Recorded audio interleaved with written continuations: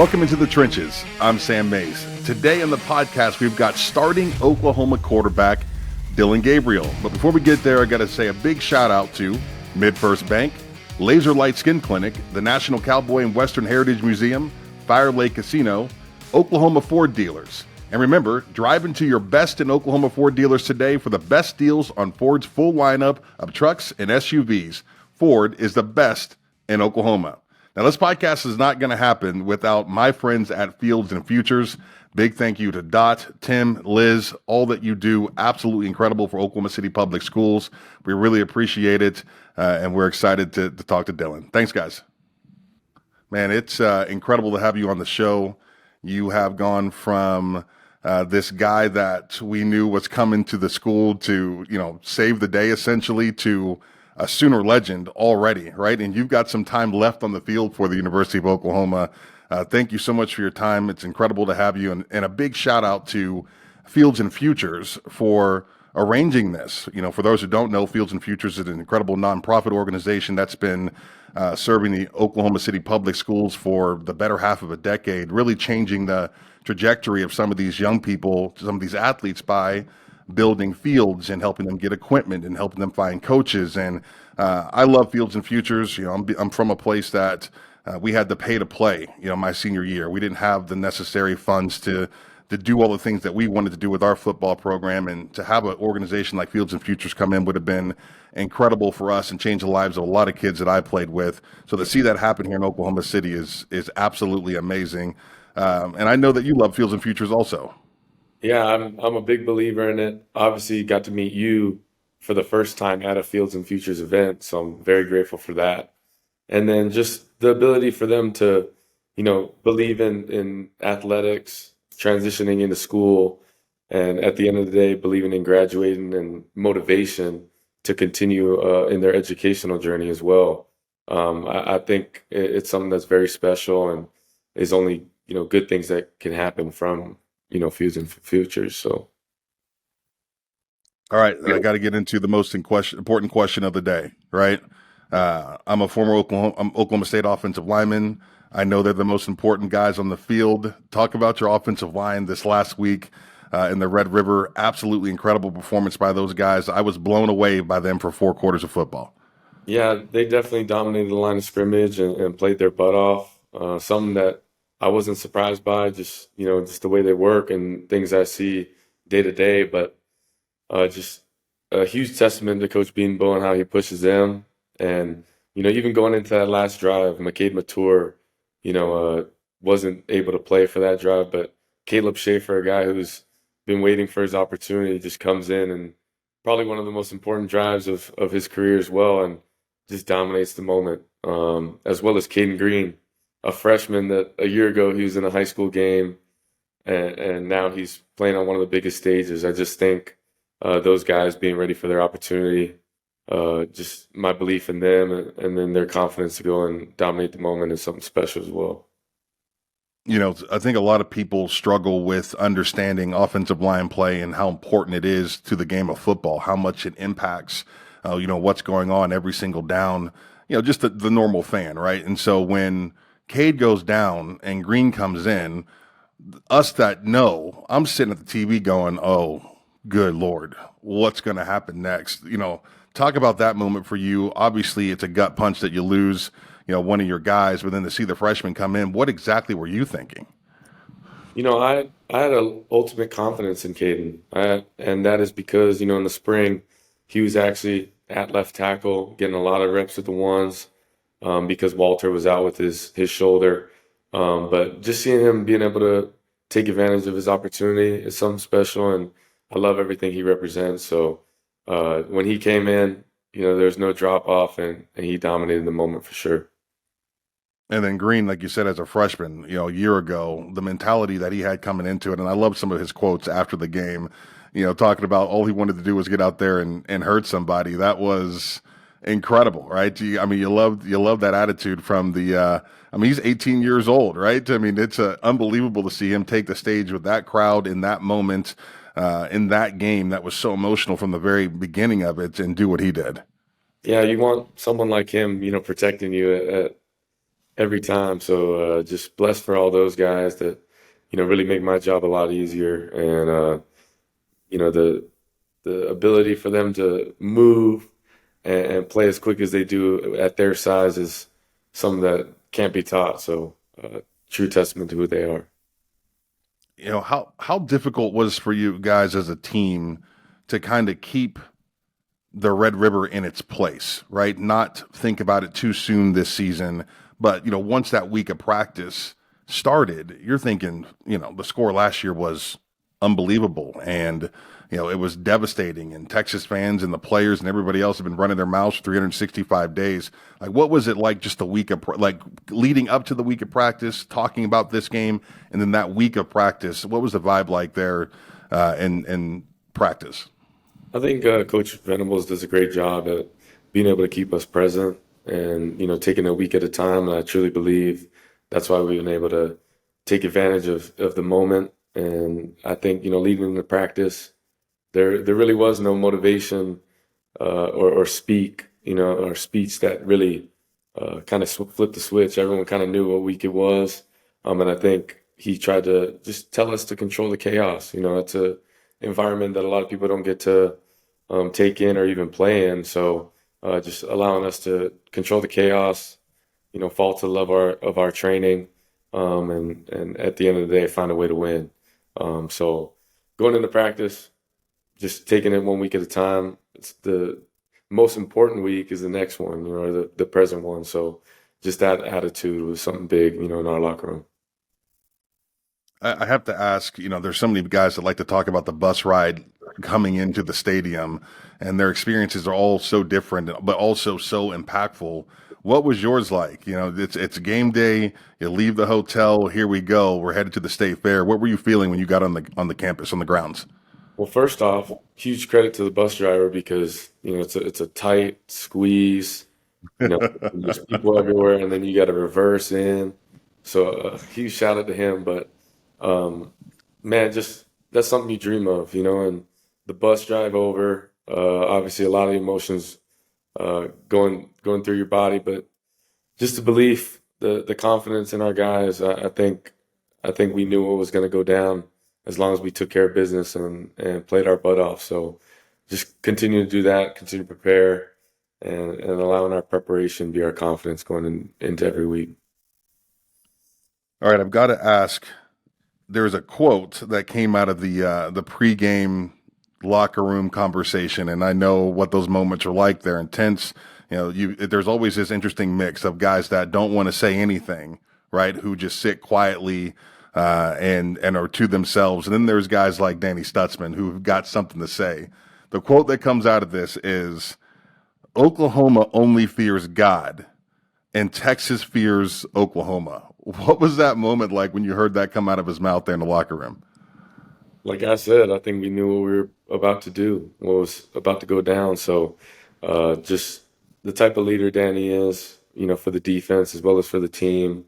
A guy I look to as well to, build off one another, whether it's being vocal, whether it's, at fourth quarter when we all get onto the field, or just a guy who's willing to do whatever it takes. I think that's inspiring on my side, but also just for the team because he puts his body on the line and he's going all the way. He's unfilling the whole gas tank for us. So that's very inspiring and a guy, we definitely look to.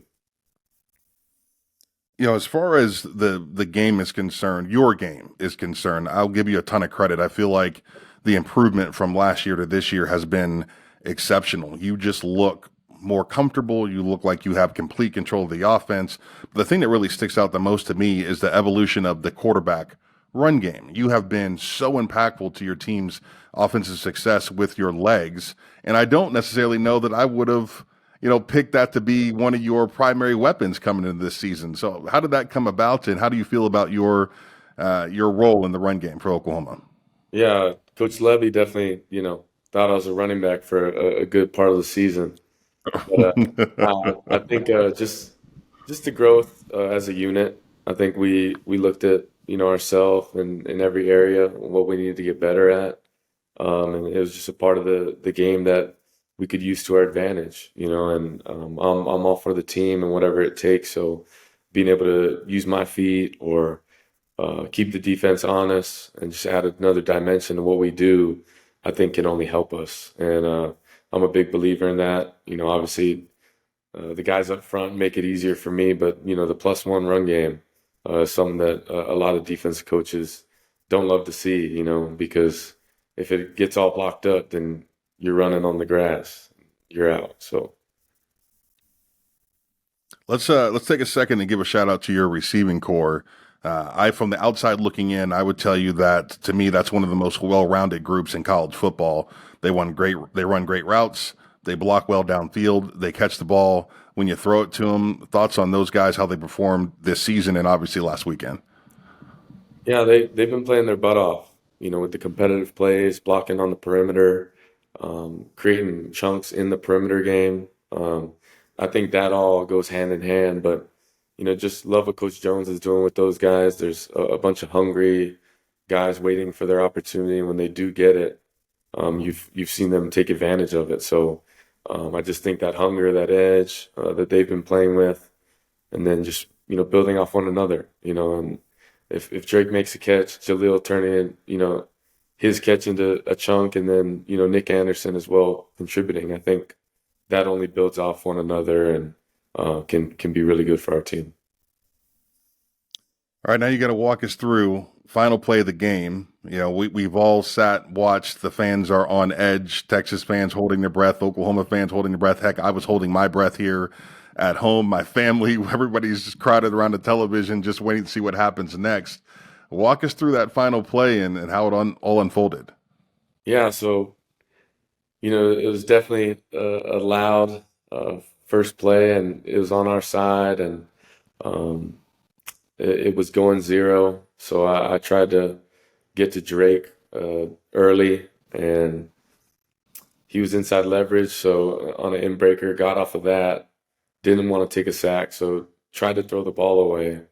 And then Nick Anderson was right, in the back corner and just kind of jumped, and instead of throwing it away, just brought it down to him, and the rest is history. But just a lot within one play. You look back and Walter, blocking 2 guys, Tawi, hemming the mic up, and then that corner squeezing on that flat, or safety. Sorry, and just seeing it all unveil is something really special. The thing that popped up on social media directly after, Sooner fans like to say, is Sooner magic. Talk about the moment, right? It's done. You score the touchdown. The game ends. What was that next 5 minutes like, just being on the field surrounded by your brothers, the crowd, all of it? Just tell me what you were feeling going through in that moment.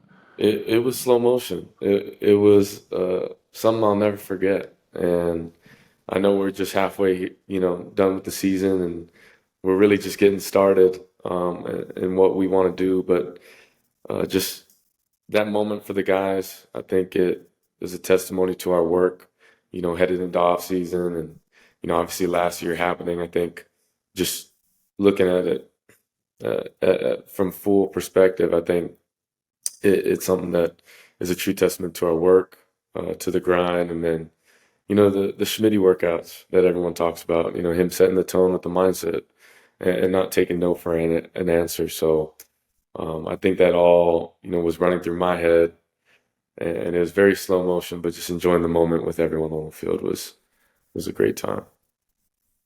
All right, before you left the stadium, we've got to know, the fans are dying to hear, what did you eat at the Texas State Fair? So my first bite of food was the cotton candy for the OU Instagram. We made a video, so that was the first thing I ate. But after that, I think I had a pizza, maybe a brownie, just to celebrate. No turkey legs?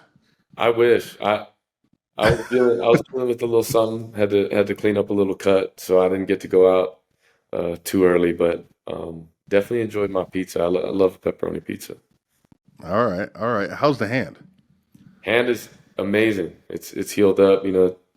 Just a little cut. Schmitty was telling me, wrap that sucker up and get back in there. So I don't ever question Schmitty. Nice. All right. Well, let's take a look real quick at your next opponent. What's it going to be like taking the field against your former teammates, UCF? Yeah, kind of like last week. No added motivation needed. Just excited for that game because it's the next one, and it's the next opportunity. And excited for our team. I think we've really just begun and touched the surface of what we really want to do, and everyone knows that. So just getting better every week, getting better every day, and take advantage of the opportunity at hand. So. Do you ever, you think about your journey, Dylan, you have such an incredible story, right? From Hawaii to, now, I mean, obviously there's a whole bunch of your story in Norman to write that still has to unfold in front of us. But after this last weekend's game, I mean, the term Sooner legend will follow you, right? I mean, one of the most incredible Red River games in the history of the rivalry. You're talking about the last Big 12 game that rivalry will be under, the last time that flag will fly there. Just an exceptional story. Do you ever think about just the journey that you've been on from Hawaii to UCF to, at one point everybody thought you were going to UCLA and now you're in Norman and, the offense and learning it and, fighting back from the expectations to win every game. You guys' season last year was not what it was everybody thought it was going to be. I mean, there's just been so much here for you in the last couple of years. Do you ever reflect on all of it?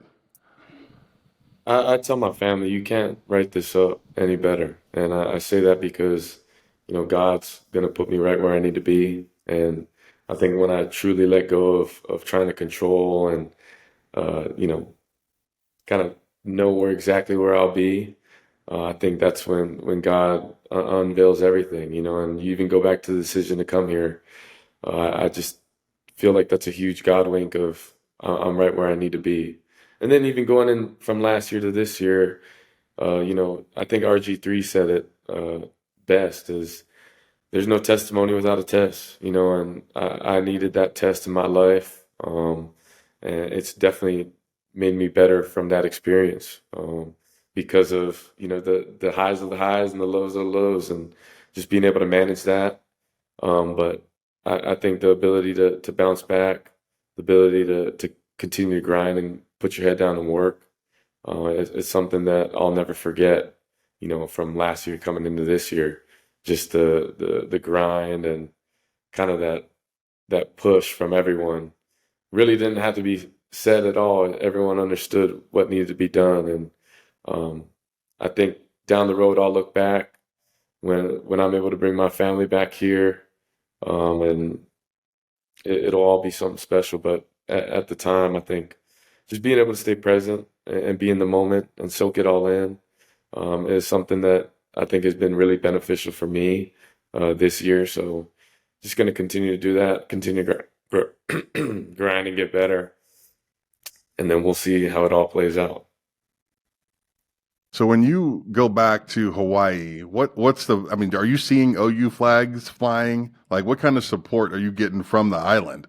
You'll see an OU flag in my house for sure, but um, I'll see people when I do go home, either an OU shirt or if they see me back home, just very loving and supportive.